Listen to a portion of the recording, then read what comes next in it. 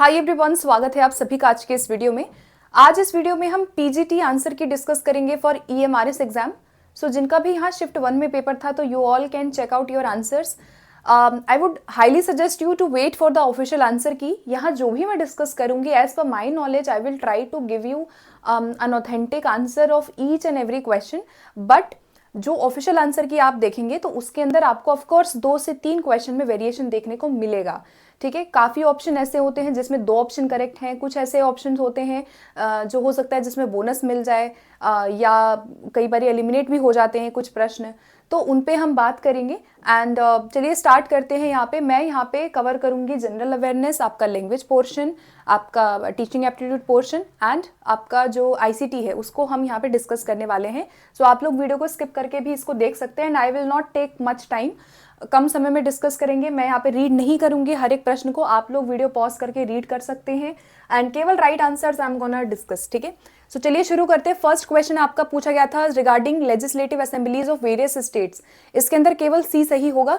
अगर हम बात करें यहाँ 30 मेंबर्स का तो काफी सारे आपको ऑफिशियली डॉक्यूमेंट में 30 मेंबर्स दिख जाएगा, तो ए सी भी हो सकता है, लेकिन बाद में इनकी संख्या अभी वर्तमान में 32 है, नॉट 30 है। उसके अकॉर्डिंग आंसर यहाँ केवल सी सही होगा। बाकी wait for the official answer key. हो सकता है ए को माना जाए, राइट, सी और ए दोनों को माना जा सकता है, लेकिन यहाँ पे अभी अगर हम देखें नंबर के अकॉर्डिंग तो सी केवल सही है। नेक्स्ट है यहाँ पे जो आपका यूएनडीपी द्वारा ह्यूमन डेवलपमेंट रिपोर्ट है उसका टाइटल, उसका फोकस क्या था, तो आर्टिफिशियल इंटेलिजेंस हो जाएगा। इसमें हो जाएगा फर्स्ट जज of international court of justice, first Indian, तो B N Rau will be right.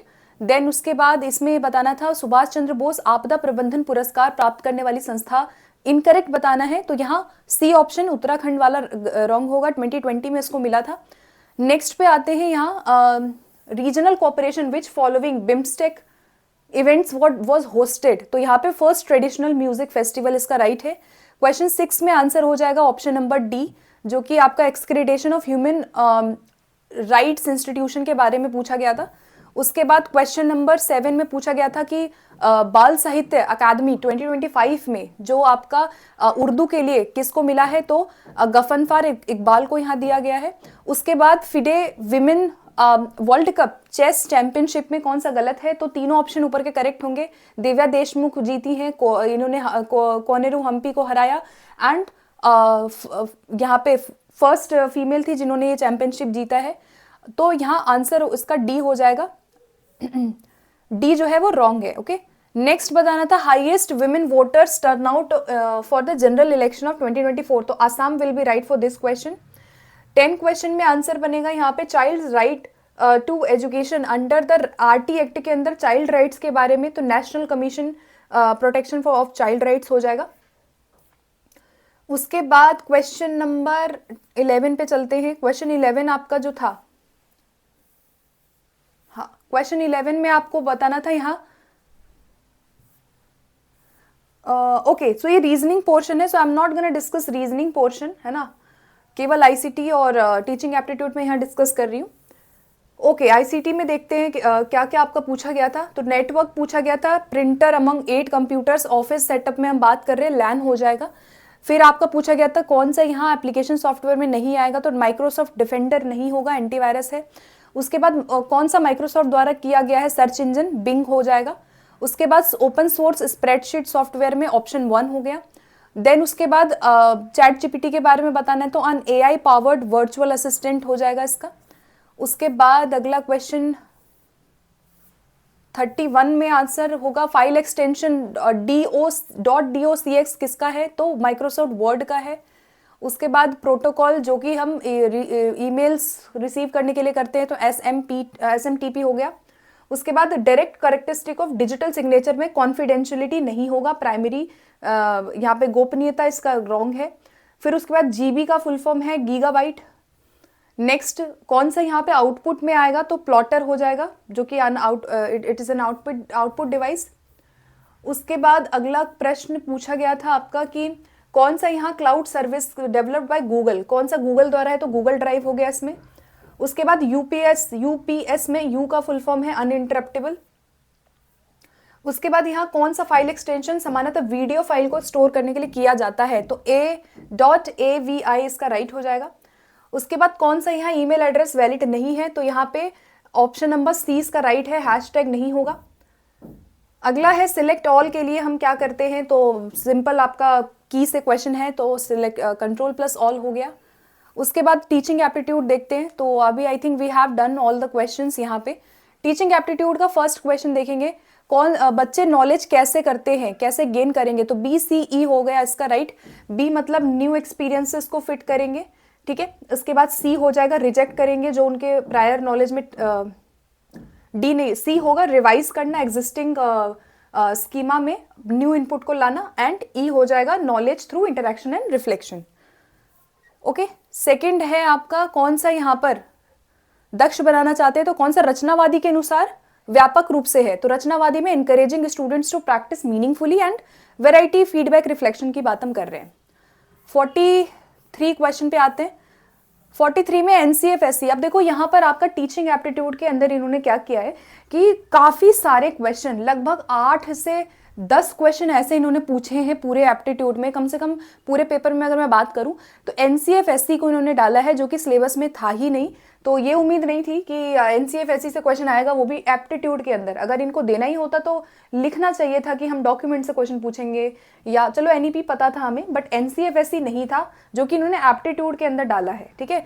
सो ये थोड़ा सा इट इज क्वाइट शॉकिंग कि इतने बड़े लेवल पे पेपर हो रहा है, एंड फिर आप टीचिंग एप्टीट्यूड के अंदर डॉक्यूमेंट से क्वेश्चन पूछ रहे हैं जो कि 600 पेज की डॉक्यूमेंट है ये, ठीक है। तो क्या कर सकते हैं, हालांकि इसका इफेक्ट आपके कट ऑफ पे ऑफकोर्स होने वाला है।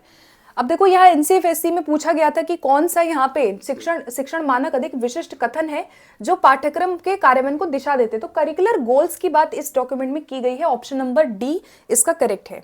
44 क्वेश्चन है कोलैबोरेटिव लर्निंग कैसे इनहैंस करेगा, तो involvement, share thinking and reflection इसका राइट था। उसके बाद 45 क्वेश्चन में यहाँ पर देखो इस क्वेश्चन में ना थोड़ा सा डाउट हो सकता है। इस क्वेश्चन में जो है जहाँ पे ये दिया है कि शिक्षक छात्रों को प्रदर्शन देता है एंड देन तीव्रता के आधार पर कैसे बदलती है, फिर स्वयं के संबंध और जांच करने के लिए स्वयं का प्रयोग तैयार करता है, तो ये किसका उदाहरण है। देखो यहाँ पे ना इस क्वेश्चन के अंदर थोड़ा सा डाउट हो सकता है, क्योंकि हो सकता है कि इसमें प्रॉब्लम बेस्ड हो, तो बिटवीन सी एंड डी में डाउट हो सकता है, क्योंकि अगर हम एक्सपोजिटरी टीचिंग की बात करें तो वहां पे भी डेमोन्स्ट्रेशन के बेसिस पे पहले टीचर डेमोन्स्ट्रेट करता है, इंस्ट्रक्ट करता है, then students do their own. तो एक्सपोजिटरी भी इसका राइट हो सकता है और इसका प्रॉब्लम बेस्ड लर्निंग भी राइट हो सकता है। तो इसमें बिटवीन सी एंड डी कोई भी करेक्ट हो सकता है, तो इसको अभी हम छोड़ते हैं आंसर की के ऊपर, ठीक है। नेक्स्ट पे आते हैं, अगला 46 क्वेश्चन का देखते हैं। 46 में पूछा गया था की function of instruction process of education, so guide learner through meaningful experiences, इसका राइट है सी, 46 का सी हो गया। 47 में ऑप्शन डी हो जाएगा, यहाँ पे टेक्स्ट बुक वेंट्रिसिटी मतलब ओवर डिपेंडेंस होना, पाठ्य पुस्तक पे निर्भरता होना। 48 का 1 हो जाएगा, to provide equal opportunities regardless of background, inclusive education की बात हम कर रहे हैं। उसके बाद 49 पे आते हैं। 49 क्वेश्चन में पूछा गया था कि कौन सा अप्रोच यहाँ पे कॉन्सेप्चुअल अंडरस्टैंडिंग को प्रमोट करेगा, कंस्ट्रक्टिविस्ट सेटिंग की बात कर रहे हैं हम, तो यहाँ inquiry based learning, real life scenarios हो जाएगा। 50 क्वेश्चन पे देखते हैं। 50 क्वेश्चन था यहाँ पे, मेजर क्रिटिसिज्म प्याजे की थ्योरी का क्या था, तो he overlooked the influence of social and cultural environment, right. So यहाँ ऑप्शन जो है 1 वाला इसका रॉन्ग है, प्याजे ने सामाजिक सांस्कृतिक परिवेश को नजरअंदाज किया। फिर उसके बाद 51 में इंक्लूसिव एजुकेशन में ए सी डी हो जाएगा। ए मतलब आपका कल्चरल डाइवर्सिटी को हम वैल्यू कर रहे हैं, उसके बाद सी है शेयरिंग एक्टिविटीज, एंड डी हो जाएगा प्रमोट करना ओपननेस को एंड एक्सेप्टेंस को, ठीक। चलिए आगे बढ़ते हैं। अगला नेक्स्ट पूछा गया था एनसीएफएससी के अनुसार कौन सा इसमें से करिकुलम एसोसिएटेड कैटेगरी में नहीं आएगा, सो यहाँ स्कूल टाइम टेबल करिकुलम में नहीं आएगा यहाँ पे, सो बाकी करिकुलम एसोसिएटेड में आएगा, ये आपका ऑर्गेनाइजेशनल में ज्यादा है, ठीक है। तो टाइम टेबल इसका रॉन्ग है। उसके बाद यहाँ पे पूछा गया था कि कौन सा वर्णित व्यावसायिक क्षमता और वृद्धि की ओर ले जाता है, सो which of the following is not a pathway that leads to growth and development, competencies of professional domain described as NPST 2020। तो यहाँ पर आई थिंक मैंने इसको मार्क नहीं किया है, लेकिन अगर इसमें देखें तो एक्सपोजर इंटरेक्शन हो गया यहाँ पे, ऑप्शन नंबर यहाँ इसका डी होगा। प्रोत्साहन की बात हम नहीं करेंगे, ठीक है। तो बाकी हो सकते हैं यहाँ पे, जैसे एक्सपोजर देना, सतत व्यावसायिक सीपीडी हो गया, या एक्सपीरियंस हो गया। इंसेंटिव की बात यहाँ पे नहीं की जाएगी, मतलब ये वाला मार्क नहीं होगा, ठीक है। आगे बढ़ते हैं। नेक्स्ट क्वेश्चन था 54 में, यहाँ पे बताना था कि पंचकोश ढांचा। अब देखो ये आपका थोड़ा सा जो ये क्वेश्चन है, ये भी आपका NCFSC 2023 जो आपका 600 पेज का डॉक्यूमेंट है वहां से पूछा गया है, ठीक है। सो ऑप्शन नंबर इसका बी था, offering body mind spirit continuum to holistic for holistic development. तो पंचकोश में होलिस्टिक डेवलपमेंट की बात की गई थी। 55 क्वेश्चन पे आते हैं। 55 में आपका पूछा गया था एप्टीट्यूड जो है वो स्पेशल एबिलिटी होती है किसी पर्टिकुलर फील्ड ऑफ एक्टिविटी में, एंड इंटरेस्ट जो है वो प्रेफरेंस है। तो इसका दोनों स्टेटमेंट जो है वो करेक्ट है। 56 क्वेश्चन का आंसर क्या बना, यहाँ पे पूछा गया था फ्रॉइड साइको एनालिसिस से क्वेश्चन इन्होंने डाला है। अब मुझे नहीं समझ आ रहा है एप्टीट्यूड में साइको एनालिसिस क्यों डाला है इन्होंने, टीचिंग एप्टीट्यूड के अंदर इन्होंने पूरा साइकोलॉजी पूछ रखा है। ABD का राइट है। ABD यानी साइको एनालिसिस के फादर माने जाते हैं। ईगो सुपर ईगो की बात इन्होंने की है, एंड यहाँ रोल ऑफ इंस्टिंक्ट की बात ये करते हैं। तो ABD इसका जो है वो ट्रू होगा। लाइफ इंस्टिंक्ट दैट इंस्टिंक्ट की बात इन्होंने की, तो ABD के साथ हम जाएंगे। उसके बाद अगला है यहाँ पे प्राइमरी रोल टीचर का क्या होगा, तो ऑप्शन नंबर 1 है, इनकरेज करना, फैसिलिटेट करना उनकी लर्निंग को। उसके बाद 58 क्वेश्चन में पूछा गया था कौन सा, द नॉलेज गेन थ्रू एक personal experience such as seeing colour, यहाँ पे एक्सपीरियंशियल अनुभवात्मक यहाँ पे हो जाएगा ज्ञान। फिर NCFSC में होमवर्क क्या है आपका, डी हो जाएगा, consolidation of work done in school, यानी स्कूल में किए गए कार्यों का समेकन इसको माना जाएगा। नेक्स्ट आते हैं हम 59 के बाद क्वेश्चन नंबर 60 पे। क्वेश्चन 60 में बेसिकली आपका पूछा गया था यहाँ पे जो मीनिंग है, मीनिंग के आधार पे यहाँ पे हमें बताना था। तो आंसर इसका जो अगर करेक्ट हम देखें तो ए का हो जाएगा आपका, ए का हो जाएगा फर्स्ट वाला, ठीक है, व्याख्या निर्माण इंटरप्रिटेशन कर रहे हैं। बी का थर्ड हो जाएगा, सी का सेकंड हो जाएगा, एंड डी जो है यहाँ पे जब हम समूह की बात कर रहे हैं तो डी का 4 यानी कोलैबोरेशन की बात कर रहे हैं, ठीक है। सो सी ऑप्शन के साथ हम यहाँ इस क्वेश्चन में जाएंगे। नेक्स्ट पूछा गया था यहाँ पर पंचपदी लर्निंग प्रोसेस, यानी कि बेसिकली लर्निंग प्रोसेस ही पूछ रहे हैं, बट NCFSC में ये सीधा NCFSC डॉक्यूमेंट से इन्होंने उठाया है। तो इसका आंसर बी होगा, अदिति, बोध, अभ्यास, प्रयोग एंड प्रसार, ठीक है। ये आपके लर्निंग के 5 चरण होते हैं जो कि शुद्ध हिंदी, अगर हम इसके बात करें उसमें बेसिकली शुद्ध हिंदी में इस चीज को बोला गया है। उसके बाद यहाँ पे प्लान की बात हम कर रहे हैं। प्रायर नॉलेज को अगर टीचर देख रहा है तो कौन से कंपोनेंट है यहाँ पे, क्या पूर्व ज्ञान की समीक्षा के उपरांत शिक्षण सामग्री और विधियों का चयन वो कर रहा है, यानी कि वो यहाँ क्या कर रहा है, पहला तो पेडागोजिकल चॉइसेस कर रहा है बेस्ड ऑन देयर अंडरस्टैंडिंग उनको कितना आता है, एंड यहाँ पे basically content and teaching learning selection कर रहा है कि उसको क्या पढ़ाना है। तो सी एंड डी इसका राइट था। 63 क्वेश्चन पे आते हैं। 63 में आपका पूछा गया था कौन सा स्टेटमेंट यहाँ गलत है, कौन सा सही है। गार्डनर्स का मल्टीपल इंटेलिजेंस से ये क्वेश्चन आपका पूछा गया है। तो गार्डनर थ्योरी की जब हम बात करते हैं तो केवल जो स्टेटमेंट, दोनों स्टेटमेंट है, दोनों ही यहाँ पे ठीक है। गार्डनर कहते हैं कि जो इंटेलिजेंस है वो डिस्टिंक्ट सेट होते हैं, अलग अलग क्षमताओं का एक एग्रीगेट है, एंड यहाँ पर each intelligence has unique biological basis. So both statement are true. उसके बाद 64 में इमोशन क्या प्ले करते हैं, तो ACE हो जाएगा इसका, इमोशन इनहैंस करते हैं मेमोरी को, अंडरस्टैंडिंग को। सी हो जाएगा पॉजिटिव इमोशन जो है एनकरेज करेंगे, एंड ई हो जाएगा, ठीक है। उसके बाद नेक्स्ट आपका पूछा गया था नोइंग थ्रू सर्कमस्टेंशियल इम्प्लीकेशन इन परम शास्त्र, जो है प्रमाण शास्त्र में निहितार्थ के माध्यम से जानने के अनुमान को क्या कहते हैं। ये भी आपका NCFSC से क्वेश्चन है। तो मैं यही बोल रही हूँ कि 8 से 9 क्वेश्चन ये लोग NCFSC से टीचिंग एप्टीट्यूड में पूछ रहे हैं, विच इज नॉट गुड। ये ऐसा उम्मीद नहीं थी। अगर इनको देना ही होता तो दे शुड हैव मेंशन कि हम NCFSC या किसी भी डॉक्यूमेंट से क्वेश्चन पूछेंगे। अगर इन्होंने केवल डॉक्यूमेंट भी लिखा होता तो एटलीस्ट हम लोग इसको कर लेते हैं ना। तो अब क्या कर सकते हैं, ऑप्शन नंबर 1 हो जाएगा इसका, अर्थोत्पत्ति की बात हम यहाँ कर रहे हैं, ठीक है। उसके बाद यहाँ पे NCFSC में how should subject offerings in interdisciplinary and vocational area primary determine, तो यहाँ पे ऑप्शन नंबर इसका 1 है, व्यवहारिक प्रासंगिकता और विशिष्ट क्षेत्र कार्यों में प्रवेश की संभावना के आधार पर हम करेंगे। Learner develop a conceptual understanding, option C हो जाएगा, अवधारणाओं को जोड़ना, पूर्व ज्ञान पे विचार करना, ठीक है। तो 67 के लिए option C will be right.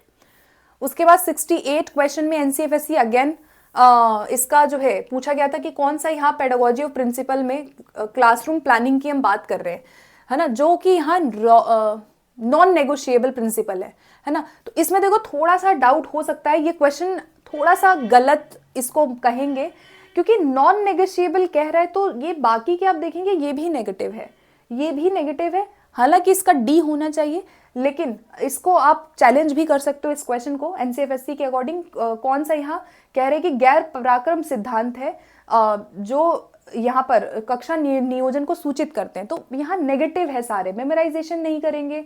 यहाँ पे मस्ट नॉट सीन दिया हुआ है, हालांकि थोड़ा सा एक क्वेश्चन मेरे को गलत लग रहा है मुझे, ठीक है। सो देखते हैं अब इसमें क्या होना चाहिए। तो ये इसको भी हम ऐसे मार्क कर सकते हैं, इसका कोई एक फाइनल आंसर अभी मैं नहीं बताना चाहती हूँ। डी वैसे होना चाहिए, बट लेट्स सी क्या इसको मानते हैं, ठीक है। अगला है 69 में true in the context of pedagogy, तो ऑप्शन सी हो जाएगा, it refers to art and science of teaching. 70 question में learning is based on association and connections that children make, यहाँ बेसिकली पूछा गया था कि लर्निंग के कॉन्टेक्स्ट में कौन सा सही होगा। सो ऑप्शन डी के साथ हम जाएंगे इस क्वेश्चन में। उसके बाद एक्सपीरियंशियल एक्टिविटी के क्वेश्चन को देखते हैं। एक्सपीरियंशियल एक्टिविटी का फर्स्ट क्वेश्चन पूछा गया है कि कौन सा exemplar based teaching learning activity के अंदर यहाँ पे आएगा, ठीक है। सो इसके अंदर ऑप्शन अगर हम देखें, so option A and D हो जाएगा। इसका ए हो गया कि यहाँ पे उद्देश्य गतिविधियों के विकास के लिए महत्वपूर्ण है। डी क्या है कि भाषा कौशलों के विकास निर्वात में ना होकर समग्र होता है, ठीक है। सेकेंड 72 क्वेश्चन पे आते हैं। 72 क्वेश्चन में पूछा गया था कि कौन सा इसमें से राष्ट्रीय शिक्षा नीति द्वारा शामिल करने का दृष्टिकोण होगा, तो ऑप्शन डी है, बहुविषयक होगा, लचीला होगा एंड समकालीन विषय, पारंपरिक ज्ञान, जीवन कौशल शामिल होंगे। फिर उसके बाद एनईपी 2020 में हार्ड सेपरेशन को हटाया जाएगा, तो ऑप्शन ए हो गया, होलिस्टिक एजुकेशनल पाथ होगा, उनके इंटरेस्ट और लाइफ गोल्स को ध्यान में रख के। तो यू कैन रीड इसको पॉज करके वीडियो को। यहाँ पे क्या पूछा गया, सस्टेनेबल डेवलपमेंट एसडीजी, तो यहाँ पे एसडीजी 4 की बात की गई है, जहाँ पे by 2030 we will try to achieve the outcomes and the objectives. 80 question में रिप्रेजेंट द प्रॉब्लम इसका राइट है ना। अगर हम मेंटल ऑपरेशन की बात कर रहे हैं, नेचर ऑफ प्रॉब्लम की बात कर रहे हैं, ऑर्गेनाइजिंग प्ले या थीम या एक्ट्रेस की बात कर रहे हैं, तो यहाँ हम समस्या का प्रतिनिधित्व करवा रहे हैं। रिप्रेजेंट जिन्होंने लगाया है उनका करेक्ट होगा। आगे बढ़ते हैं। 81 क्वेश्चन में ए सी डी हो जाएगा। लैंग्वेज जो है वो बच्चों के एग्जिस्टेंस को, उनके अस्तित्व का निर्माण करती है, ठीक है। सी भी ठीक है कि इजी होता है कम्युनिकेट करना उस भाषा पे जो हम जानते हैं।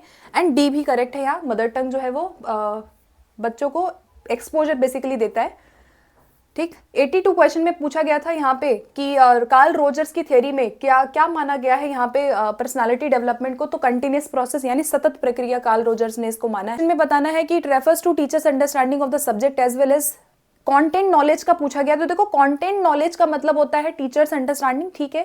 कंटेंट नॉलेज मतलब कि हमारी अंडरस्टैंडिंग कितनी है। हाउ टू ट्रांजिट जो है ये कंटेंट नॉलेज में नहीं आता है, ये आपका पेडागोजिकल नॉलेज है। तो स्टेटमेंट 1 इसलिए गलत हो गया, और ये सफिशिएंट है अच्छी टीचिंग के लिए, ये भी गलत है। तो दोनों ही इसमें से कोई भी स्टेटमेंट सही नहीं था। 85 क्वेश्चन में SSSA में क्या यहाँ पे होगा, तो एक्सक्रीडेशन, प्रमाणीकरण करना इसका राइट है अकॉर्डिंग टू एनईपी। 86 क्वेश्चन में आते हैं। 86 में पूछा गया था कौन सा यहाँ पे बेसिकली बायोडिग्रेडेबल सब्सटेंसेस में आएगा, तो ACD वाला जो आप देख रहे हैं, A, C एंड D, ये तीनों ही जो है क्रम, जो ऑप्शंस हैं, दीज विल बी राइट। अगला क्वेश्चन आता है यहाँ पे कंस्ट्रक्टिविस्ट लर्निंग के बारे में बताना है, तो mental and physical engagement are equally valid, ठीक है। यहाँ पे ऑप्शन डी के साथ हम जाएंगे, ठीक। उसके बाद नेक्स्ट है the vision of NEP 2020, option 1 हो जाएगा। Deep rooted pride in being Indian as well as to develop knowledge, skills and values. Okay, अगला क्वेश्चन आपका पूछा गया था कि एक अध्यापक परीक्षा से पहले गहन समझ को बढ़ावा देने के लिए छोटे छोटे चर्चा समूह कर रहा है, तो पीयर टीचिंग इसका राइट है, सहपाठी शिक्षण। 90 क्वेश्चन में एक्सपीरियंशियल साइकिल में रिफ्लेक्टिव ऑब्जर्वेशन हो जाएगा, अगर वो देख रहा है किसी दूसरे पर्सन को, यानी कि चिंतनशील अवलोकन कर रहा है। 91 क्वेश्चन का आंसर क्या होना चाहिए यहाँ पे, चर्चा और इकाई के समापन के बाद विद्यार्थियों से अवधारणा मानचित्र यानी कॉन्सेप्ट मैप बनवाया जा रहा है, तो बेसिकली ये अंतर्दृष्टि प्रदान करेगा। A एंड C हो जाएगा इसका राइट, कि जटिलता का आकलन करने के लिए। 92 क्वेश्चन में अनुकरण इसका राइट हो जाएगा। अपने एल्डर्स को वो ऑब्जर्व करके देख रहा है, यानी कि वो मॉडलिंग से सीख रहे हैं, जो कि सोशल लर्निंग का पार्ट है। ओके, अगला क्वेश्चन देखते हैं। यहाँ नेक्स्ट क्वेश्चन था, according to NEP what should be the teachers approach towards nurturing gifted students. So D हो जाएगा, सप्लीमेंट्री एनरिचमेंट मटेरियल हम उनको देंगे। देन 94 क्वेश्चन में आपका NETF विल बी राइट, जो कि body is propose to set standards for online learning. तो ऑनलाइन लर्निंग के लिए नेशनल एजुकेशन टेक्नोलॉजी फोरम इसका राइट है। उसके बाद अगला क्वेश्चन देखते हैं। नेक्स्ट पूछा गया था, 2 स्टेटमेंट है यहाँ जेंडर रोल के बारे में, तो इसमें से कोई भी गलत सही नहीं है। जेंडर रोल जो है वो एक्सपेक्टेशन सेट करते हैं ओनली फॉर फीमेल्स, जो कि गलत है। And parents have no influence, ये भी गलत है, बिकॉज दोनों का इन्फ्लुएंस होता है, पेरेंट्स का इन्फ्लुएंस बहुत पड़ता है, तो दोनों ही स्टेटमेंट यहाँ गलत थे। नेक्स्ट है social loafing in a group of adolescent, किससे कम इसको रिड्यूस कैसे किया जाएगा। सो ऑप्शन नंबर ए हो जाएगा, इंक्रीजिंग द अपेरेंट इंपॉर्टेंस और value of a task. Everyday language of the word objective का मतलब पूछा गया है, तो ABC, यानी कि ये न्यूट्रल होता है। ऑब्जेक्टिव मतलब न्यूट्रल होना, अनबायस्ड होना, एंड जो फैक्ट पे आधारित है उसको हम ऑब्जेक्टिव कहेंगे। तो ABC के साथ हम यहाँ पे जाएंगे। नेक्स्ट पे आते हैं। 98 क्वेश्चन में पूछा गया था यहाँ पे, in a particular secondary classroom students have access to wide range of information and have right to get their view point, यानी डेमोक्रेटिक क्लासरूम की बात हम कर रहे हैं, अगर बच्चे अपने व्यू पॉइंट को रख रहे हैं। 99 क्वेश्चन में कौन सा ट्रू होगा असेसमेंट के बारे में, तो दोनों ही असेसमेंट यहाँ पे करेक्ट हो जाएगा। ठीक है, कि आकलन जो है वो पुनरावृत्तीय प्रक्रिया जो चरणबद्ध होती है, और आकलन मदों के विकास से पहले शुरू हो जाना चाहिए, यानी कि it should begin before the items are developed. ठीक, सो ऑप्शन दोनों ही यहाँ पे राइट है। 100 क्वेश्चन में आंसर बताना था यहाँ पे कौन सा करेक्ट है। बेसिकली डिस्कशन के बाद, women should not allowed to join combat units to go up the highest position of the army, यानी कि पेट्रियार्की को दिखाया जा रहा है कि women should not participate in such activities, and also it is talking about the gender issue. So C and D के साथ हम जाएंगे। Okay, so now we will discuss English portion. English portion में फटाफट से देखेंगे क्या क्या आपके राइट आंसर्स होने चाहिए। तो सबसे पहले बात करेंगे यहाँ identify the parts of speech. तो Kamala was all alone when I saw her, इसमें ऑल जो है, ऑल का पार्ट ऑफ स्पीच बताने की इसका फंक्शन क्या है, तो यहाँ पर एडवर्ब यहाँ पे हो जाएगा। ठीक है, यहाँ पे बेसिकली जो ऑल अलोन है, यानी जो एडजेक्टिव है उसको ये बता रहा है, उसको मॉडिफाई कर रहा है, उसके बारे में बता रहा है, तो एडवर्ब जो है वो एडजेक्टिव्स को भी मॉडिफाई करते हैं, तो D हो जाएगा। 102 में बताना था मीनिंगफुली, तो DCAB, यानी कि the present warning, the present, हाँ, the present warming is mild contrasted with what he received last year. Option number इसका D था। उसके बाद इंटीग्रिटी का आपको बताना है ऑपोजिट, तो इसका फ्रेजाइलिटी हो जाएगा, फ्रेजाइल होना। एरर बताना है, on my way to school I found, तो यहाँ पे 50 रुपीज की जगह आएगा 50 रुपी नोट, S नहीं आएगा वहां पे, सो D वाले में एरर था। उसके बाद है the national highway runs over hill and plain, तो ओवर इसका राइट है प्रेपोजिशन। फिर फास्टिडियस का मतलब आपको बताना था, तो मेटिकुलस हो जाएगा इसका, ऑप्शन नंबर C, जो कि सिनोनिम है। इज ऑलमोस्ट सर्टेन क्या है यहाँ पे, तो adjective, adverb, principal, noun clause की हम बात कर रहे हैं कि that he would score a century is almost certain, noun clause है जो यहाँ पे एज एन ऑब्जेक्ट यहाँ हम यूज कर रहे हैं। Saint James is dash church nearest my residence, so यहाँ पे saint James is the church हो जाएगा यहाँ पे, बिकॉज हम यहाँ पे किसी पर्टिकुलर चर्च की बात कर रहे हैं, इन जनरल बात नहीं कर रहे हैं, जो मेरे घर के पास है उसकी बात कर रहे हैं, यानी हम यहाँ डेफिनेट आर्टिकल को यूज करेंगे। 109 में बताना था I gave you a pen last year, तो देखो इस क्वेश्चन में थोड़ा सा ना इसका 2 ऑप्शन राइट हो सकता है, ये भी हो सकता है, ये भी हो सकता है, तो यहाँ पर 1 और 2, जिन्होंने भी 1 लगाया है उनका भी सही है, जिन्होंने 2 लगाया है ये भी करेक्ट हो सकता है। अब देखते हैं इसको बोर्ड क्या मानता है, भी इसको हम होल्ड पे रखेंगे। 1 और 2 दोनों हो सकते हैं, तो इसको आप ऑब्जेक्शन भी लगा सकते हैं इस प्रश्न पे, क्योंकि इसका ये भी बनता है, ये भी एक इसका फॉर्मेट सही है, क्योंकि यहाँ पे जो आप ऑब्जेक्ट देख रहे हैं वो डायरेक्ट इनडायरेक्ट दोनों ऑब्जेक्ट दिए हुए हैं, उसके अकॉर्डिंग दोनों को हम कर सकते हैं। ठीक है, बाकी देखते हैं क्या इसका आंसर माना जाता है, आगे बढ़ते हैं। 10110 का आंसर देखेंगे। ऑफ अ काइंड की बात की जा रही है, यानी कि जो थोड़ा सा लेस है, यानी बहुत बहुत हम हाई एक्सपेंसिव की बात नहीं कर रहे हैं। ऑफ अ काइंड मतलब जो बहुत एवरेज काइंड है, तो ऑफ अ पुअर काइंड इसका राइट हो जाएगा। Option number 1 will be right for this question, ठीक है। सो ये आपका भाषा पोर्शन पूछा गया था। आई होप कि आपने अपने आंसर्स को देख लिया होगा, मैच कर लिया होगा कि आप यहाँ पे क्या कितना स्कोर कर रहे हैं। एंड जितने भी अभी तक मैंने आंसर्स डिस्कस किए हैं, जैसे मैंने पहले बोला कि एक से दो तीन क्वेश्चन में वेरिएशन ऑफ कोर्स देखने को मिलेगा, हर एग्जाम में होता है। एंड बाकी in case of any other doubt do let me know in comment box, and we will meet soon for upcoming preparation, ठीक है। जो भी है, एंड कोई भी डाउट होता है, in case anything if you want to ask me, you let me know in comment box, and soon I will make another video for safe score about cut off क्या रहना चाहिए based on the overall analysis of each subject.